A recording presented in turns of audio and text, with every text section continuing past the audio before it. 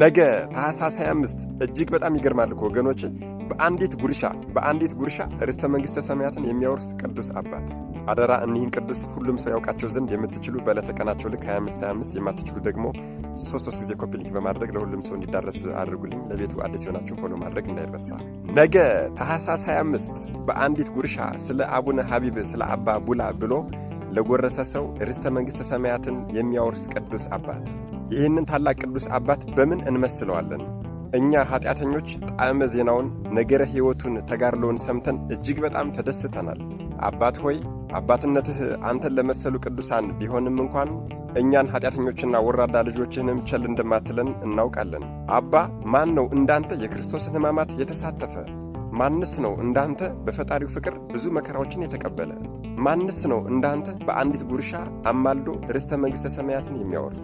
የፍጡራንን እንተወውና አባታችን ሆይ በፈጣሪ አንደበት እንኳን አንተ ተመስግነሃል።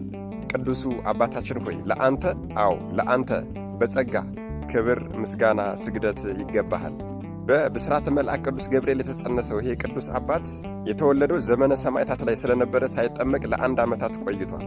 ምክንያቱም በወቅቱ ቤተ ክርስቲያኖች በሙሉ ወድመው ስለነበረ በዱር በከተማ በገጠሩ ሁሉ አብያተ ክርስቲያናትን ማግኘት አይቻልም ነበር።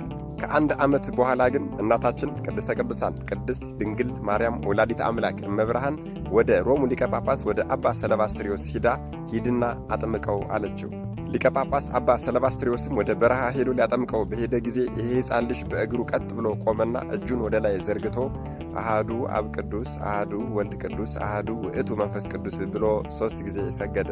ከዚህም በኋላ ሊቀ ጳጳሱ አጥምቆት ሄዷል። ይህ ሕፃን 10 ዓመት በሆነው ጊዜም ቀጥታ ወደ ጣዖት አምላኪው ንጉሥ ሄደና ገና በ10 ዓመቱ በሕፃን አንደበቱ ስለ መድኃኔዓለም ስለ ኢየሱስ ክርስቶስ ሰበከ። በዚህ የተበሳጨው ንጉሡ እጅግ በጣም ጽኑ ሥቃይን አዘዘበት። በጅራፍ ገረፉት፣ በዘንግ ደበደቡት፣ ቆዳውን ገፈፉት፣ ጽኑ ሥቃይን አሰቃዩት። ምን እሱ ብቻ በመጋዝ ሰነጠቁት፣ በመንኮራኩር ፈጩት፣ በእሳት አቃጠሉት፣ በብረምጣድ ቆሉት። ነገር ግን ኃይለ እግዚአብሔር ከእርሱ ጋር ነበርና ገና በዚያ ዕድሜው 7 ጊዜ ሁሉ ሞቶ 7 ጊዜ ጌታችን አስነስቶታል። በመጨረሻም ሚያዝያ 23 ቀን አንገቱን ተከልሎ ተሰይፎ ሰማዕት ሆኗል። በደንብ አድርጋችሁ አዳምጡኝ። ይሄ ቅዱስ ሰማዕትነትን ከተቀበለ በኋላ ሊቀ መላእክት ቅዱስ ሚካኤል በአክሊላት አክብሮ ወስዶ ገነት አስገብቶታል። ታዲያ ገነት ከገባ በኋላም የሊቀ ሰማዕታት የቅዱስ ጊዮርጊስን ክብር ተመለከተ። በዚህም ሰዓት እጅግ በጣም ተደነቀ። መንፈሳዊ ቅናትም ቀናበትና ከዚያም ወደ መንበረ ጸባዖቱ ሄዶ 3 ጊዜ ሰገደና ጌታ ሆይ እንደ ሊቀ ሰማዕታት እንደ ቅዱስ ጊዮርጊስ እንደገና ወደ ምድር መልሰኝና ተጋድዬ ልምጣ ብሎ ጠየቀ። በዚህ ጊዜ ጌታችንም ወዳጄ ቡላ ሆይ እንግዲህስ ሰማዕትነቱ ይበቃሃል። እንዳንተ መከራን የተቀበለ ራሱን ያሰቃየ በፈቃዱ እንደሌለ እኔ በራሴ አንደበት መስክሬልሃለሁ። ነገር ግን ሱታፌ ጻድቃንን ትሳተፍ ዘንድ ፈቃዴ ነውና ሂድ አለው። በዚህ ጊዜ ሊቀ መላእክት ቅዱስ ሚካኤል ነፍሱን ከሥጋው ጋር አዋህዶ የመነኮሳት ልብስን አልብሶ በበረሃ ወስዶ አስቀምጦታል። ወገኖቼ ከዚህ በኋላ የተጋደለውን ተጋድሎማ ምኑን አንስተን ምኑን እንተወዋለን? ሁሌም አርብ ቀን የጌታችንን ሥቃይና ሕማማት እያሰበ ራሱን ያንገላታ ነበር።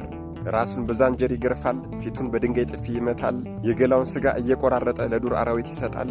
ከትልቅ ዛፍ ላይና ከትልቅ ተራራ ላይ እየተወረወረ ወደ መሬት ይወድቃል። በጭንቅላቱ ተተክሎ ናለው በአፉና በአፍንጫው እስከሚፈስ ድረስ ጸሎት ያደርጋል። ስለ ጌታ ስለ መድኃኔዓለም ፍቅርም ምንም አይነት እህልም ሆነ ውሃ ሳይቀምስ ለ42 ዓመታት ጾሟል። ጌታችንና አምላካችን መድኃኔዓለም ኢየሱስ ክርስቶስም ስለ ተጋድሎና ስለ ክብሩ በየጊዜው እየመጣ ይገለጽለትና ያነጋግረው ነበር።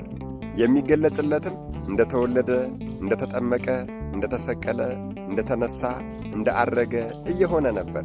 ታዲያ ሲገለጽለትም ደግሞ ምን ይለው ነበር መሰላችሁ? ወዳጄ ቡላ ሆይ ስለ እኔ ስም ብሎ እንደ አንተ እጅግ በጣም እንደዚህ ያለ ብዙ መከራዎችን የተቀበለ ሰው የለም። አንተም የብዙዎች አባት ነህና ስምህ አቢብ ይሁን ብሎታል። ይህ ቅዱስ አባታችን በአጠቃላይ በተጋድሎ ሕይወቱ ከ10 ጊዜ በላይ ሞቶ የተነሳ ሲሆን በመጨረሻዋ የዕረፍት ጊዜው መድኃኔዓለም ኢየሱስ ክርስቶስ ተገልጾ ወዳጄ ቡላ ሆይ ስምህን የጠራውን መታሰቢያን ያደረገውን ሰው በሙሉ እምርልሃለሁ። አቅም ቢያጣ እንኳን በዕለተ ዕረፍትህ ቀን 3 ጊዜ አምላከ ሀቢብ እባክን ይቅር በለኝ ብሎ 3 ጊዜ የሚማጸነኝን ፍጹም የሆነ ምሕረትን አወርድለታለሁ። ያም ባይሆን በስምህ ቁራሽ እንጀራን ቢጎርስ ስለ አቡነ ሐቢብ ብሎ አንዲት ቁራሽ እንጀራን ቢጎርስ እምርልሃለሁ ብሎታል። ይህ ሰማዕት ድንቅ የሆነ ተጋዳይ መነኮስ ቅዱሱ አባታችን አቡነ ሐቢብ አባ ቡላ። ሐቢብ ተባለ የብዙዎች አባት ማለት ነው። ቡላ ተባለ የእግዚአብሔር አገልጋይ፣ ገብሩ ለእግዚአብሔር አገልጋዩ ለእግዚአብሔር ማለት የሆነለት አቡነ ሐቢብ አቡነ አቢብ አባ ቡላ ነገ ታኅሳስ 25 የወርኃዊ በዓሉ ነው።